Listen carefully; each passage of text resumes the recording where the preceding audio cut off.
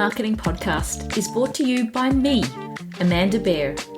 We'll talk about topics that you don't normally read about in marketing literature that tell you more about the what, but not the how of marketing in the real world.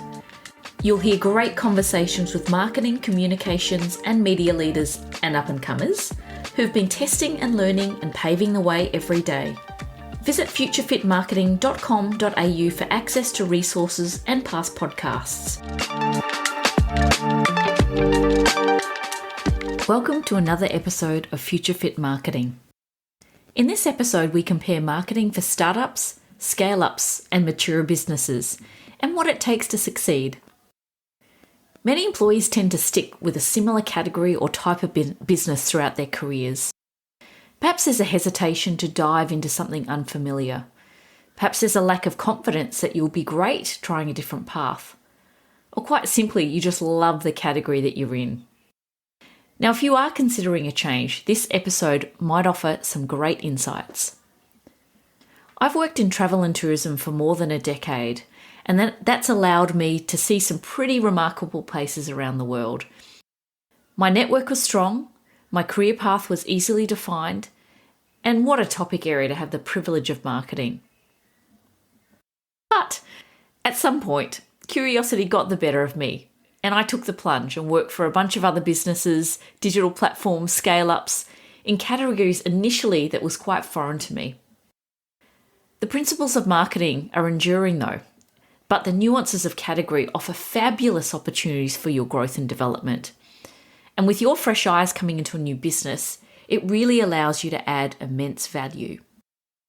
Someone who has no fear about trying new categories is Future Fit Marketing's latest interview. From FMCG, sport, digital marketplaces and scale-ups, David Lowe is establishing a career with breadth and depth and offers a diverse view of marketing across the spectrum of industries and tells us what it takes to thrive in each. Now, I've got David Lowe, who's joining us as our guest on the Future Fit Marketing podcast. So welcome, David. Thanks for having me on, Amanda. Why don't you give us an overview and the scope of your past roles? Yeah, sure. So I'd say I'm probably up to 20 odd years of marketing or sales roles across many industries, as you said. I started off in classic FMCG, consumer good marketing, for about, 9 years of that. So the likes of Frucor Suntory, or Sara Lee, Nestle in there. Then made a transition to sport and ended up working for Rugby Australia as head of marketing role there quite a few years ago now. But and that was probably my first taste of direct to consumer and moving away from retailer marketing and consumer marketing. And then from there, switch into, let's call it a scale up. I won't call them a startup, a company called EmploySure, who did an outsourced HR model. And then to a complete change back to large business, to Hnry, where I obviously crossed paths with yourself. And then now I'm at a company called Hnry, which is a young fintech startup out of New Zealand, and we're probably more in that startup to scale up stage. I'd like to think we're more scaling up as we get growth here in Australia. Awesome. Definitely some breadth and depth there. Now, if you reflect on all of those roles, can you talk to the skill set and any sort of differences in behavioural traits or even attitudes across each of those business types? What do you need as a marketer? Yeah, I think the marketing skill set's fundamentally the same across all industries, and a core understanding of if it's your consumer or your customer, the insights that drive it, and how you take a product or a service to market is fundamentally the same.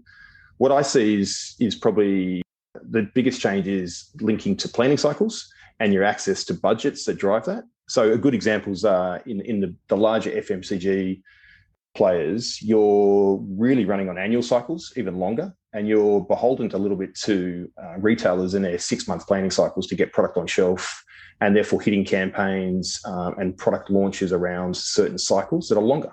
If you work in a smaller startup, it's actually more quarterly. It's quite often just quarterly. If you take the current role here at Hnry, we're changing our plans every month. I mean, we're really looking at fast changes, both on budgets and execution. So I think the change is, the skill sets required are fundamentally the same, but your assessment, your ability to diagnose quickly and therefore make a change is required.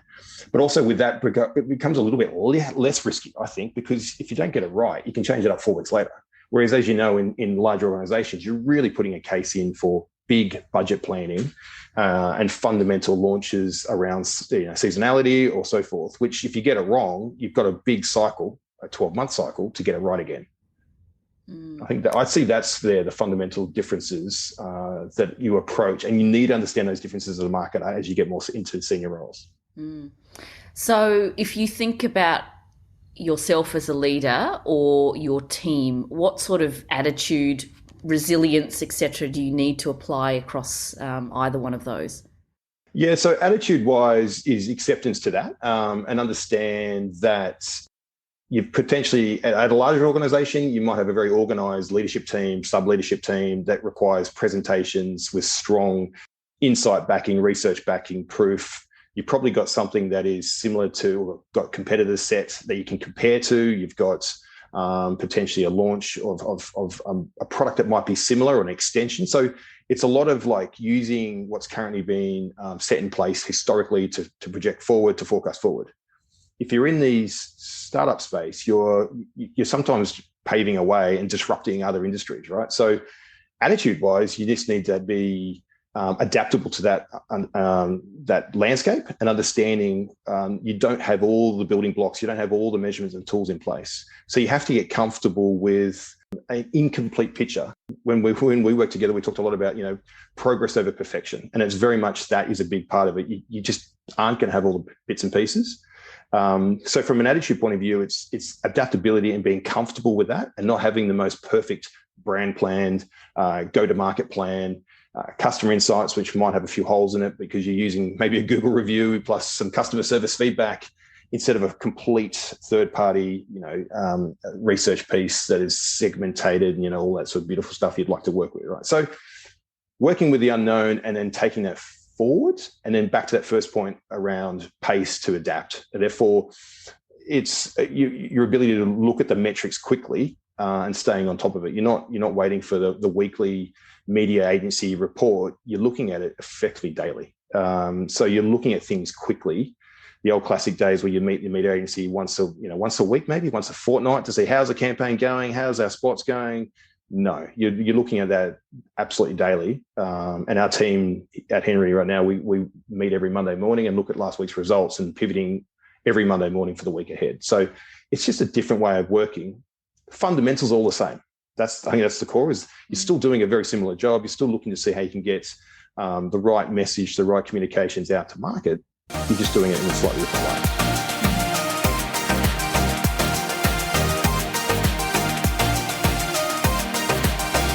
And so you're working at Hnry now, which, as you described, it's your startup to scale up.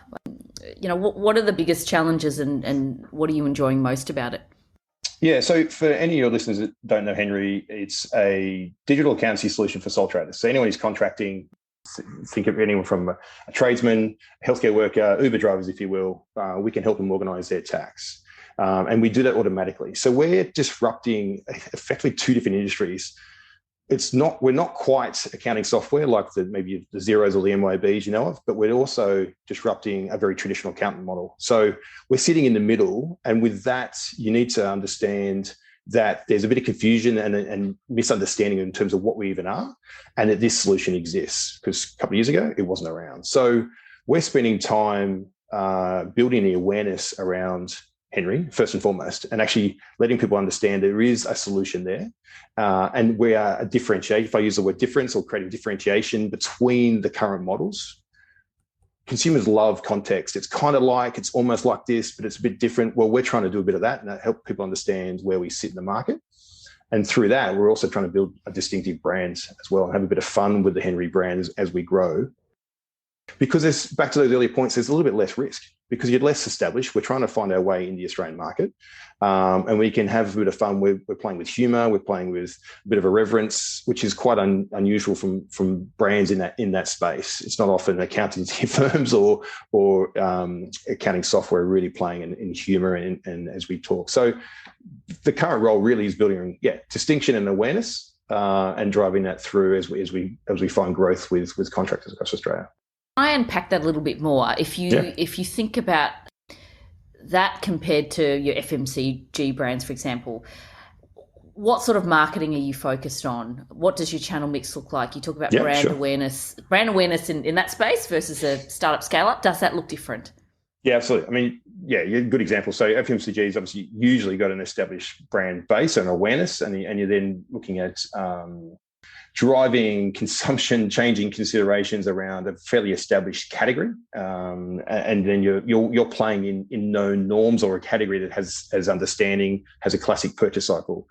What we're doing is explaining ourselves and building that understanding, which is very much through content and chipping away at where our sole traders and contractors. And the classic start place is always paid search, unfortunately, in some respects, and content around that through other channels from that side. So we're testing both our message and also making sure we can solve a problem from a search point of view. Those classic long tail, I'm a sole trader with a tax challenge. How do I find an alternative to my accounting software? So answering a lot of interesting deep queries is one area, but also then building awareness around that through content on top of. We're pushing into areas, of course, around obviously video, and therefore a lot of retargeting around that space and hyper targeted to get the very right audience coming through to our platform. But with search, as always, is high intent. So we're leveraging that high intent where possible to try and convert them through and give an example.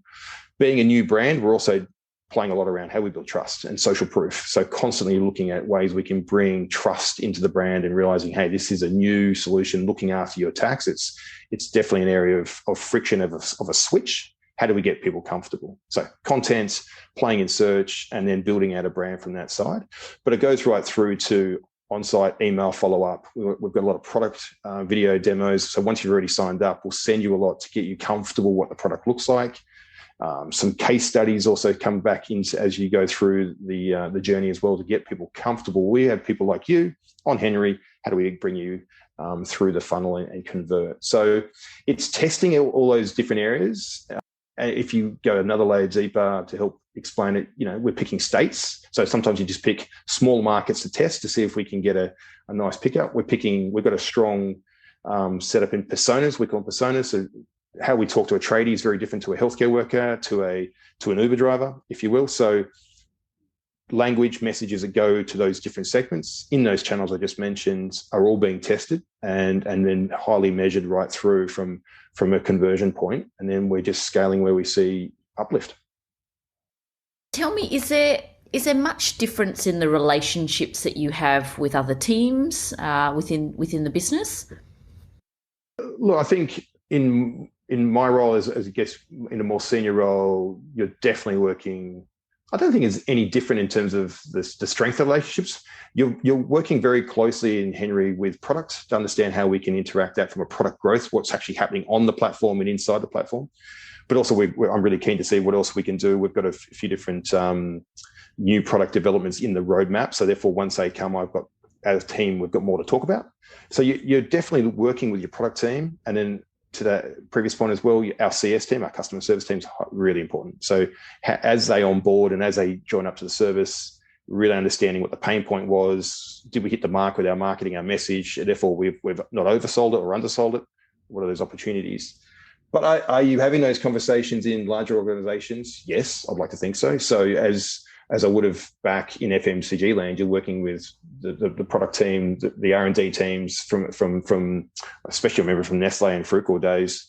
You're working a lot with where is the innovation coming, so we can try new flavor profiles, if you will, or different product extensions we can take to the likes of the retailers and Coles and Woolies and so forth. So yeah, you're very much a central role, I guess, in marketing in any size industry. It's probably a bit more nuanced and tighter conversations in a smaller company because it's just a smaller company, and you're having them faster. So an idea might get spun up very quickly, and you're testing something that product can launch within weeks, not months in a larger organization. So again, it just comes back to the planning cycles and pace.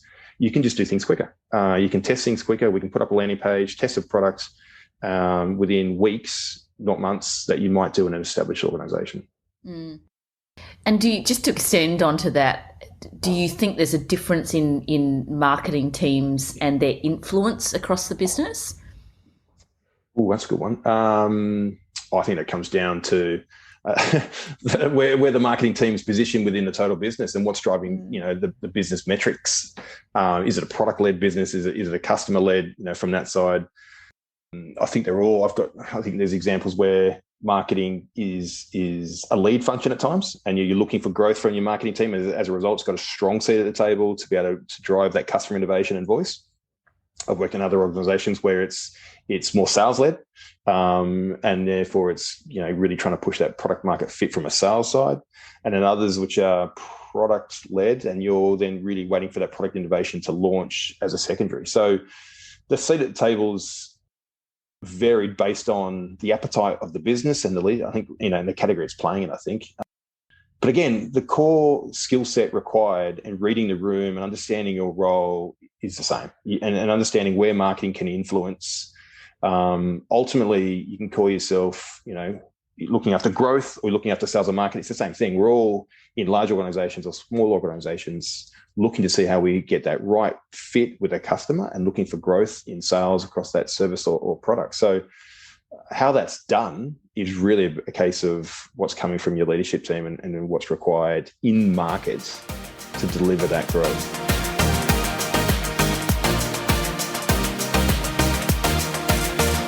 Your last couple of roles, I guess more digital experiences and scale-up businesses. Do you think you'd go back to a larger corporation? Yeah, absolutely. Again, it comes down to the attitude. And as I said, so for me, the main difference is those planning cycles. So things work a little bit longer and slower, if you want. I hesitate to say slower. I think it's a bit harsh. But if there's an appetite there from whoever you're working for, from the leadership team, but also the stakeholder, where's the funding coming from? Is it a private-led business? Is it got investors that you're trying to pushing for growth, and therefore these investments? A large business can be just as nimble if it wants to be. It's just the attitude of what's coming down through. So would I go back to a larger organization? Absolutely. But again, it has to have the right challenge or the right attitude to go, no, we're looking for a fundamental shift, a disruption. We're looking to do something here. And sometimes there's a luxury with large organizations. You've got all the building blocks in place. You've got some nice solid processes which you can then lean on versus trying to do it all and pave your own way. So yeah, the grass is not always greener. It goes both ways, I think. And I think if you haven't worked on either side, it's a really interesting opportunity to try both sides, because I said that same point, the skill set required is fundamentally the same. It's just how you execute. What are you finding in terms of data literacy with the teams, and what are the sort of most important metrics when you can compare both? I think, in my experience, as I guess I change roles every few years, data literacy across all industries and everywhere I worked is maturing really well across. It just as time goes and we get closer to dashboards, closer to access to data. There's definitely an inherent closeness, if you will, and detail orientated in a small organization, because you're just looking at the numbers more regularly, because you're looking for the upside to then further invest. And therefore, again, that example I gave, you're looking quite regularly, as in daily, weekly numbers to stay on top of. And you have access, being a digital product where I am right now, with greater sets of data, right? From first click through to conversion, we can look at, right through to customer journey. In a larger organization, sometimes they don't exist. If you're a product, we worked in, from a technology side, you still had access to that. So there's a desire to drive that through your teams. But again, it's got to come from the top to go get closer to the numbers, drive your metrics and your reporting so you can show returns to put your case in for more. So what am I saying is I think generally data literacy is constantly taking leaps forward, which is fantastic. I think the frequency of touching the data, though, in a startup is a lot more frequent. You're in there in that detail regularly and you're living by it. Let's say this way, most mornings, I'm opening up the dashboard first and foremost versus understanding what the team's up to on maybe a project management card. So we're very much looking at dashboards, where we're going, because that's driving the business direction, and then how we can shift the team's focus or resources in certain areas. With that, you've got teams, your performance managers and so forth. They're very detailed, into what they're spending by day and so forth. But even our campaign managers, brand specialists, they're very close to those numbers because they know if they're shifting the needle somewhere, they can go and get some more investment. So they're also very invested into those numbers to make sure they can get more funding to go again and again. So that's driven across the team in a smaller startup or scale-up organisation. Actually, you touched on investment. Is there much, difference in terms of the volatility of investments? Yeah, very much. I mean, I feel like, that's a really good point, actually. I mean, the large enterprise established businesses are very much top-down budget setting, based on last year, based on future growth, or where we see the market going. It's take this out and allocate. Scale up is very much the bottom way. What do you see? What can we test to build a case to extend it? So you've effectively got an untapped budget, but we're really running at a CAC, a very clear acquisition cost. If we hit a ceiling in acquisition cost, we pull back, and all the metrics leading up to an acquisition cost is the absolute focus, and then looking at how those customers land into the business, for their life cycle costs, cost to serve, and so forth. So budget setting in a small organization is normally up to you to prove the uplift, and therefore very easily put a case forward to go, next month I need X. It's not next year, it's next month, next week. I have a trial. Let's try and roll that out in Queensland. Let's try that over in WA slightly differently. So you're looking at chunks of money with very clear metrics and goals. And that is all uncapped effectively, as long as you can get those and keep it under the ceiling. Mm. And look, what advice would you give for someone who is looking to switch from scale up to established business, or vice versa? I think as leaders, you tend to, if you get an application for a role, you tend to quickly skim through someone's background and quite quickly dismiss people because of where they've been. What advice would you give for people looking to switch? Yeah, I think if switching either way, I mean, reach out to those already in your network in an industry or a sector you'd like to know more about, firstly, and reach out. And as peers, we should be talking to people and a one-on-one conversation at a coffee or a beer level, you can go a little bit deeper than what we're probably talking about here. So you can give some really interesting nuances. I'd always ask, what's your average week look like? What's your average month look like? Back to those questions. Who's dictating budgets, planning cycles? How do you get things approved? And understanding if you've got the transferable skills, and I suggest you probably do. It's then a case of, do you have the mindset or the attitude to go after that as well? I'm a big fan of switching industries. I keep doing it, so I keep switching roles in industry because I find it is transferable, and you need to be adaptable. And I find that fun and refreshing. And I like to bring different thinking across categories. I know there are others that just stay straight line through a category and become absolute domain experts. That's awesome. Even within that, you grab the financial sector. I mean, you might have had 15, 20 years at a big bank. Have a look at some of the smaller fintech startups and see if they are transferable. It's the same sector, but operating very differently.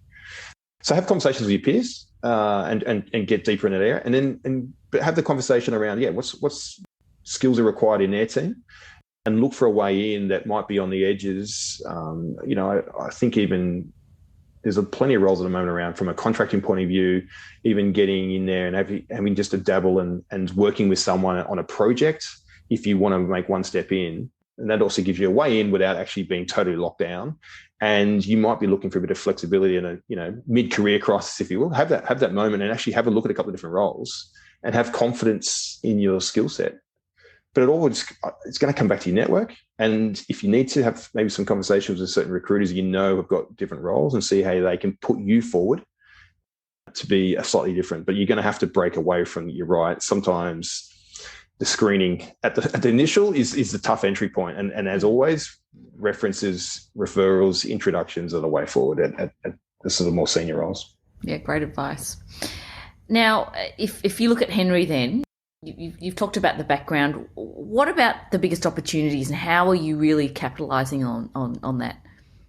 Without getting too far ahead of ourselves, it's still just scaling our growth and so most listeners today have not heard of us. So we've got to get our awareness up. We've got to get our conversions coming across, which is all going in the right direction. So we, if I give it a crow, we picked up a Hnry award for People's Choice Award in the FinTech Awards just this year, which is fantastic. So we're on the right touch from a customer point of view. We're getting some good recognition. It's just growing that, picking across different sectors. And as I said, as I was alluding to, there's some additional product innovation coming that which we want to launch as well. And that's the exciting part as well. So what we have as a business model right now is one thing. How do we try and extend that to keep answering this, and providing solutions for sole traders and self-earners is our space and linked to our mission, which our founder originally launched. So yeah, short term, just building it, getting the awareness up and having a bit of fun as we grow. And then obviously extensions. So I'm not giving too much away in that space. There's plenty, there's a good runway to come. So it's good fun. Amazing. Now, as this podcast is all about, providing advice to be future fit, are there any resources that you might be able to share with the listeners? Yeah, no, I think, sadly, I get too much information from LinkedIn, and I say that in a nice way. I feel like you're getting, again, back to that point around peers and commentary. I mean, I'm across all the classic trade press and publications, and I think that if you are into that scale-up startup space, there are some different titles, but it's all by sector. So if you have, I think any listeners have an interest, whether it is in tech, have a look around, because there are some more tech commentators that actually talk about, the metrics you need to know as a marketer and so forth. So what I'm saying there is there's some newsletters, some fairly vocal people speaking across different industries. I follow them, as well as our classic marketing, the marketing publications that are definitely across. So look, there's nothing of note that I would call out, but again, it's just a case of staying in touch. And I think you learn a lot from your peers. As you have these conversations, I encourage you, just have one coffee a month, talking to someone else in the industry and understanding what they're up to. You'll pick up so much more from that in a deeper sense. So I find that's the fun part, and just hearing what they're up to. It's good to catch up, how you're going, how the kids or whatever else, but it's like, cool, what are you doing? And I saw a campaign. How'd you get to that?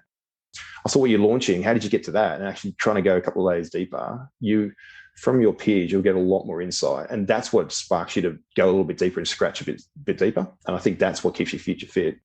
Thank you very much for your time and your insights. It was great to hear from you and great to hear your background as well. Thanks, Brilliant. David. Thanks, AB. Visit futurefitmarketing.com.au for access to resources and past episodes. If you've enjoyed what you've heard, share this podcast series with someone else, and thanks for paying it forward.